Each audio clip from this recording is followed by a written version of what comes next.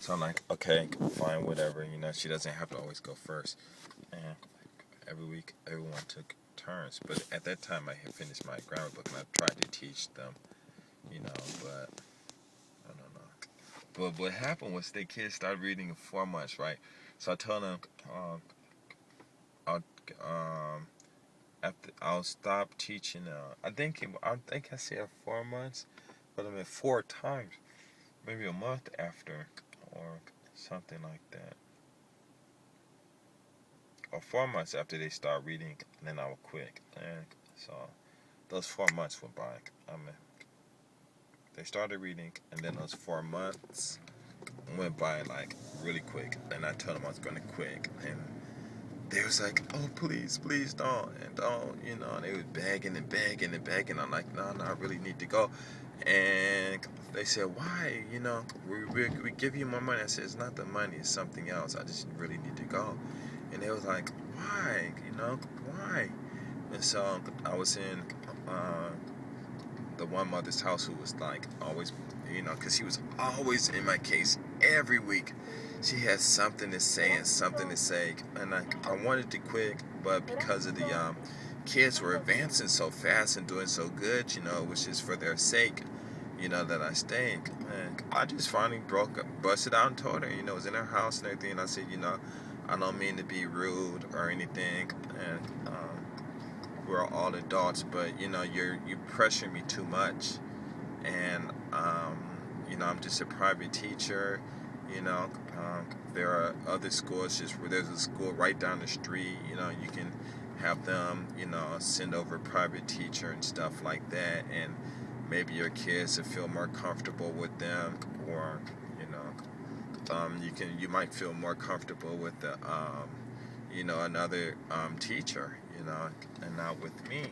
And I think they know what I was kind of talk about, what I was trying to say, and she's like, "Oh, I'm sorry." And the other mothers, when I said that, they understood, and they got really pissed at the one mother.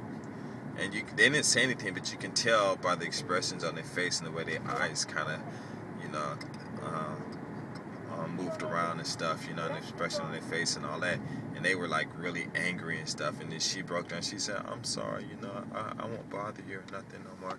And I said, "No, it's not even that." I said, I can't, because if I stay, then um, it'll be like I'm in your house right now, but I was standing at the Genkan, the door entrance and stuff.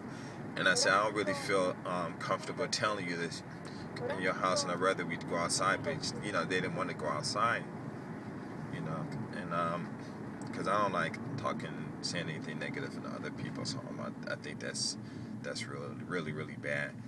But and I said that, and she said please, and I said okay, well, I'll just teach for 1 more month, and you guys just please find another teacher, because I really have to go, and even if I stay for a long time, because now that I told you how I feel, it's not going to work or anything, And there's like, no, no, it's okay, and I'm like, all right, And 3 weeks later, that one mother and her family, they got new, or they got it. Her father was transferred to like Hiroshima and stuff. So she told me, and she said, "Wow, it was such interesting timing." I said, "Yeah." So eventually I quit. But the other parents, they were like, "Well, what about our kids?" I'm like, you know, um, please, there are other teachers around. It says school down there. Just go down there and tell them you want a private teacher. And they're like, "But nobody can teach the way you teach." And I'm like, "Yes, if I'm just teaching English, your kids can read, they can use a dictionary. All you can do is tell a teacher that your students can read, and they already got the books that I had made for them, and just use that, and just have that teacher just translate, help them translate, and he'll figure out, or she'll figure out what to do, And I was like, okay, and they were like, I don't know. It was like someone was about to cry. I wasn't about to cry. I was like, I was happy and stuff, And then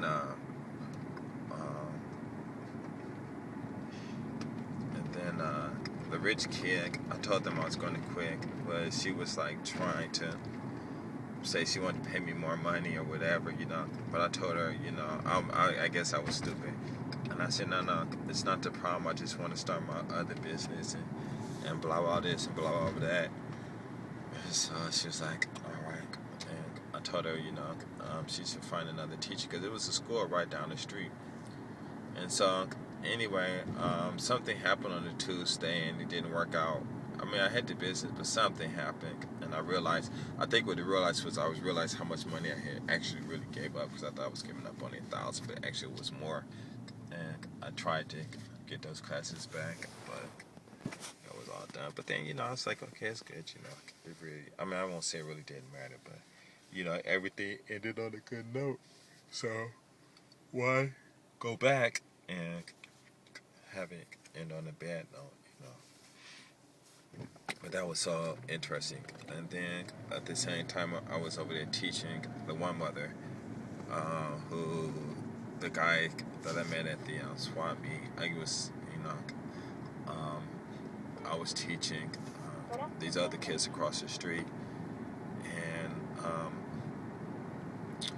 one mother, they heard about me, and they're all friends, so they came over and like the way I taught. So I was teaching two of the daughters English, but they were, when kids in their own house, they're playing and playing. It was really hard to try to get them to listen and focus. But the way I teach English, the kids don't have to focus. They don't have to do anything except for be in the class, And one of the girls started reading good, and it was this other girl that lived downstairs, and her mother spoke really good English, and she was really strict. I don't know how much money they had, but their daughter was going to these private English schools and everything. But I guess the way I talk and the way these other private English schools taught was a little different. And so, she had me test. They always come to that one rich lady's house. Her name is Ota-san. I'll just say her name is Ota-san. I forget her real name. But she would come over, and her friends would come over to her house. It wasn't her house, but it was like an apartment building that they own. One of the floors was like an apartment, but they used it as an office, so I would teach there. And she come over, and what got her interested, because she knew I was teaching, but what got her interested was that her daughter could speak English and everything, but she couldn't read, and her phonics wasn't all that good. But I guess everything she learned was from memory and stuff. But what her mother was really interested was because the one girl that I was teaching that lived upstairs from her in a different apartment, the same apartment, or in a twin apartment, I think it was, that girl's listening skills was on. My students, their listening skills, it just, after about a year, it's just on. You just say anything, just be able to repeat it, And also she was reading and stuff. Basically, in a few months, not even a year, that one girl who didn't know anything about English actually caught up with that one girl who was going to all these prestigious English schools and stuff. And I'm not being standing, out of disrespect or anything, but she caught up, and the mother probably realized that eventually her daughter was going to pass, and they were paying a lot of money, and so them two started, taking a class together, and it was just interesting because at first they were monitoring